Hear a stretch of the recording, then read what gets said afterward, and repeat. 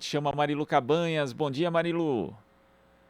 Oi, Glauco, bom dia a quem está acompanhando aqui o Jornal Brasil Atual. Vamos falar aqui da Omicron. O Brasil registra 6 casos para a variante Omicron do coronavírus, 3 em São Paulo, 2 no Distrito Federal e 1 no Rio Grande do Sul. Outros casos estão em investigação. A nova cepa já foi identificada em 45 países. Ministros da Saúde da União Europeia se reúnem hoje para discutir essa variante. A gente vai falar sobre esse assunto com o Gonçalo Vecina, ele que é médico infectologista, professor na Faculdade de Saúde Pública da USP e ex-diretor da Agência Nacional de Vigilância Sanitária Anvisa. Olá, Vecina, bom dia, prazer em recebê-lo.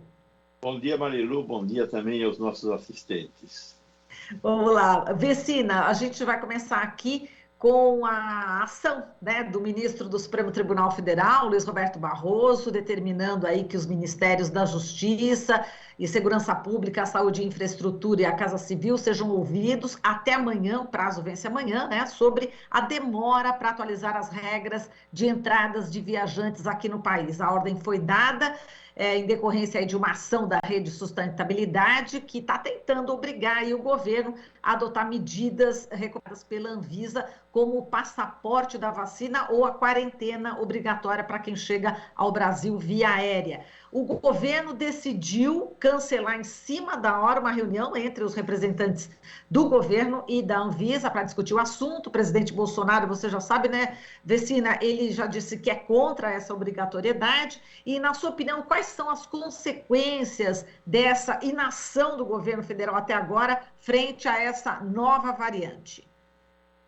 Veja, eu acho que fechar fronteiras para alguns países nestas alturas da disseminação da Omicron no mundo seria uma medida que não teria nenhum tipo de retorno, porque mais de 40 países já têm a Omicron circulando nos seus países. Então, isso é uma medida inócua.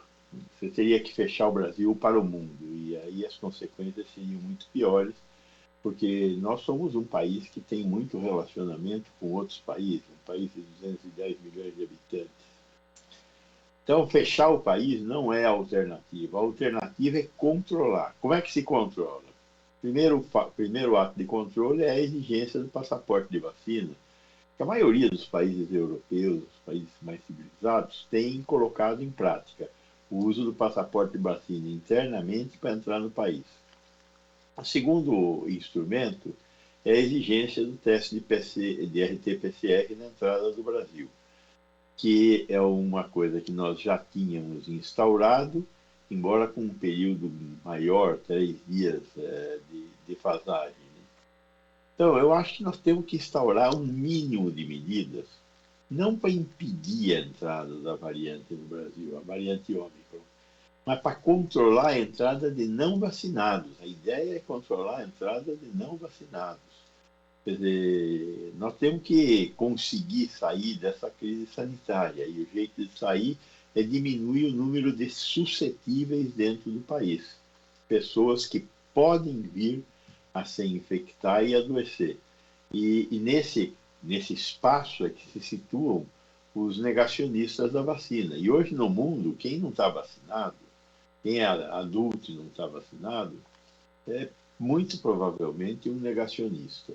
Não é uma pessoa que não teve oportunidade, e ainda mais está viajando, não é uma pessoa que não teve oportunidade de se vacinar.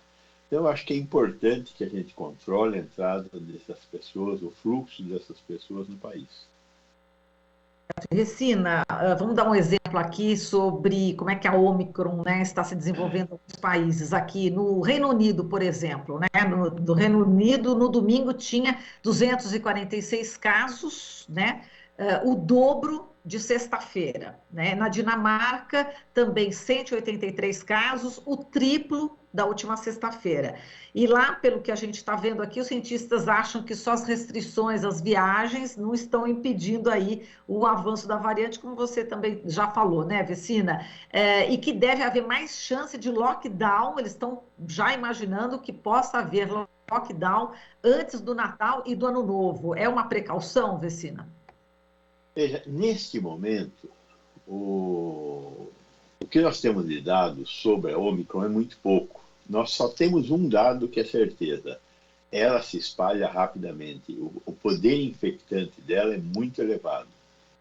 Agora, ela atinge pessoas vacinadas? Aparentemente, sim. Todos os 6 casos que nós temos aqui no Brasil são de pessoas vacinadas. Ela tem letalidade, ela mata, ela leva as pessoas à UTI, à intubação. Aparentemente, o que está acontecendo, onde tem maior volume de pacientes, que é na África do Sul, nós não podemos dizer isso. Ela tem produzido casos brandos, tem produzido casos não graves. Mas tem casos e os casos têm sintomatologia. A sintomatologia mais frequente é cansaço, dificuldade para se movimentar, febre, não tem tido os efeitos de perda de odor, de perda de sabor, que é uma coisa positiva na medida em que a perda de olfato indica a penetração do vírus no sistema nervoso. Então, não ter essa perda de olfato, eu vejo como uma coisa muito positiva, que diminui a capacidade do vírus produzir maus efeitos no nosso corpo. Então, acho que esses países que estão com um número muito grande de casos, por que eles estão com um número? Porque eles têm um relacionamento maior com a África do Sul. Com os países do continente africano. A maioria dos países europeus, de alguma forma, teve uma relação de colonialismo com a África. Né? A própria Inglaterra, a África do Sul foi uma colônia da Inglaterra. Então, se estabeleceu um fluxo muito grande de pessoas, desde aquele tempo até hoje, entre a colônia e seus colonizados. Então, hoje, nós temos lá essa quantidade de gente. Enquanto o Brasil tem 210 milhões de habitantes, tem 6 casos, a Inglaterra, com seus 60 milhões, tem 400 casos. Dá para entender por quê. E começa a haver também, agora, a circulação interna do vírus. Quer dizer, começam a ocorrer casos autóctones. No Brasil, até o momento, não sei se porque nós não estamos, provavelmente seja esse o fato, né? Nós não estamos fazendo exames de RT-PCR, nós não estamos diagnosticando, só aparecem esses 6 casos, são casos que vieram da África do Sul e nós ainda não temos casos autóctones. Talvez já tenhamos muitos casos autóctones, só que nosso sistema de saúde não está conseguindo identificá-los por falta de realização de exames de RT-PCR. O fato é que, enquanto nós não sabemos, não temos certeza, para dizer a verdade, se a doença é muito grave, e enquanto nós não sabemos do efeito dessa doença nos vacinados, prudência é bom e deve ser realizada como estão fazendo aí Inglaterra, Dinamarca e outros países europeus. Perfeito. Agora eu vou repercutir contigo, Vecina, a fala do futuro ministro da Saúde da Alemanha, o epidemiologista Karl Lauterbach. Ele disse que a falta de indícios de casos graves da Covid-19 e mortes, né, associadas a essa variante Ômicron, podem ser um presente de Natal antecipado, que a nova cepa é otimizada para infectar pessoas, mas não matar, o que poderia acelerar o fim da pandemia. Como é que você analisa essa fala desse futuro ministro da Saúde alemão? Eu fiquei muito feliz de eles escolherem um epidemiologista para ser ministro da Saúde da Alemanha, mas eu acho que ele exagerou, né? Quer dizer, não tem nada de político nessa fala dele. É uma fala perigosa, na minha opinião, porque nós ainda estamos muito próximos da ocorrência dos primeiros casos. Embora aquilo que ele falou é algo que possa ser pensado, e eu tenho pensado muito, eu jamais teria coragem de falar, porque nós precisamos saber mais antes de colocar esperança na vida das pessoas. porque as pessoas, em tendo esperança, elas podem começar a relaxar atos como, por exemplo, o uso de máscaras. E o que tem nos protegido neste momento, além da vacina, é o uso de máscaras. Então, embora eu ache positiva a fala dele, as expectativas que ele tem, eu tomaria mais cuidado. Agora, Vecina, vamos falar aqui da terceira dose ou dose de reforço, né? Bom, primeiro a recomendação era para que a pessoa tomasse aí essa dose em 6 meses depois da segunda dose.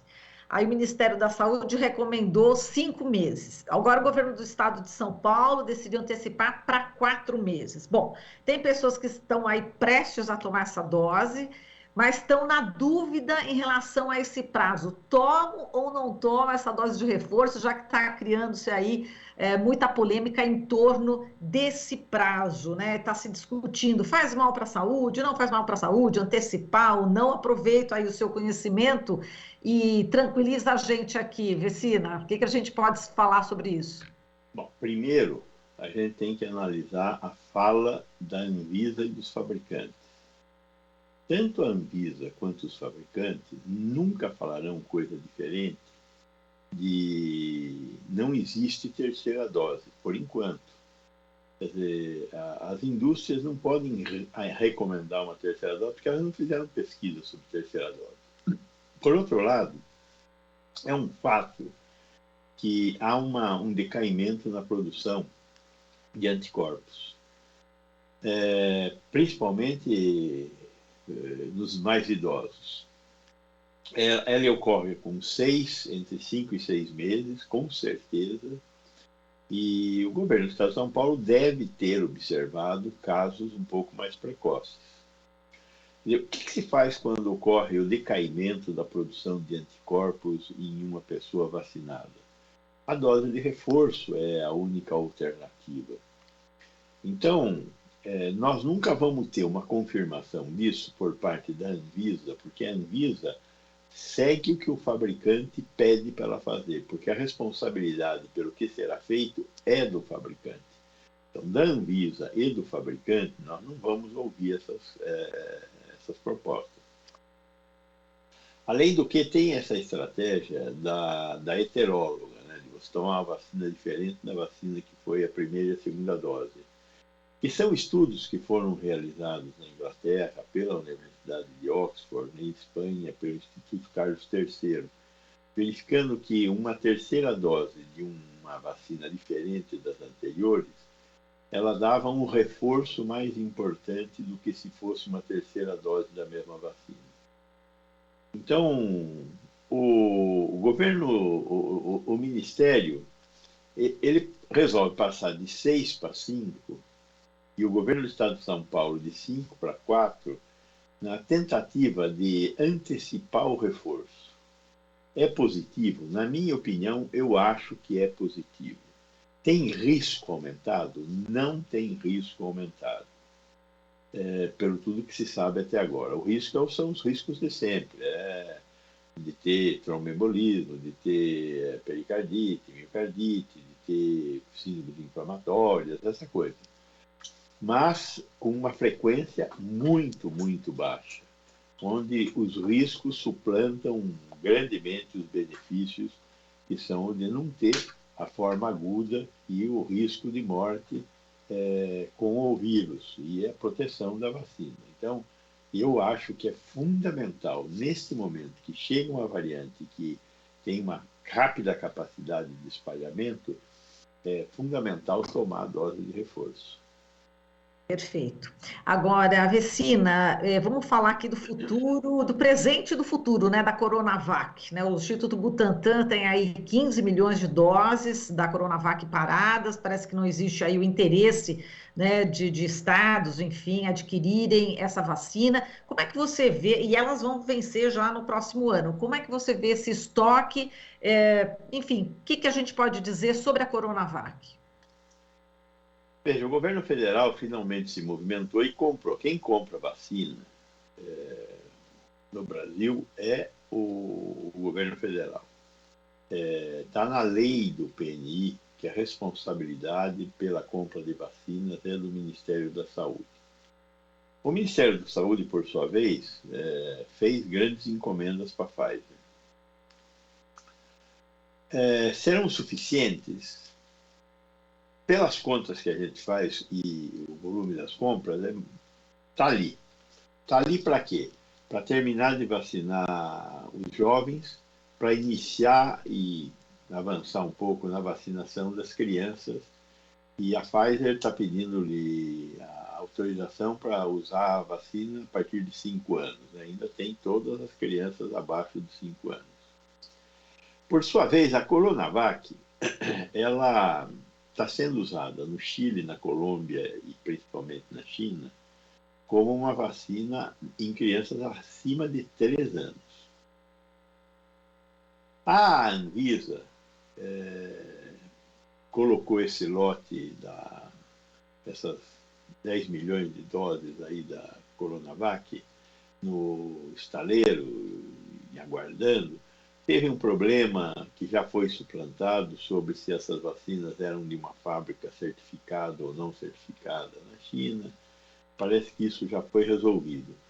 Então, agora o que faltaria é ou o governo compra a vacina para vacinar a população adulta, ou a Anvisa aprova a utilização da vacina da Coronavac em jovem e criança, porque o pedido está colocado na Anvisa. Os dados que foram apresentados na Anvisa, a Anvisa considerou insuficientes.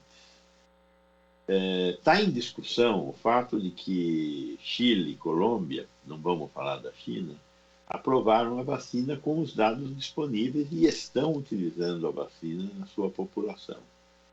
Acho que essa vacina a vacina de vírus inativado, é uma vacina muito positiva, principalmente para faixas etárias mais precoces. Por quê? Porque o perfil de segurança dela é melhor do que o perfil de segurança da Pfizer e ela tem uma resposta imunológica. É mais fraca do que a da Pfizer? Provavelmente mas ela tem uma resposta imunológica. Então, eu sou da opinião que a Anvisa deveria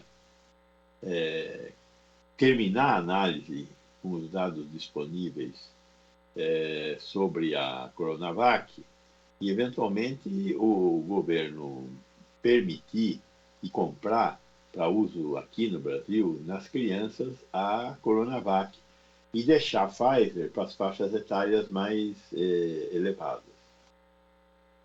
Tem um monte de CES aí nesse meio do caminho, né? Vamos ver o que é que o Ministério da Saúde vai resolver e o que a Anvisa vai resolver.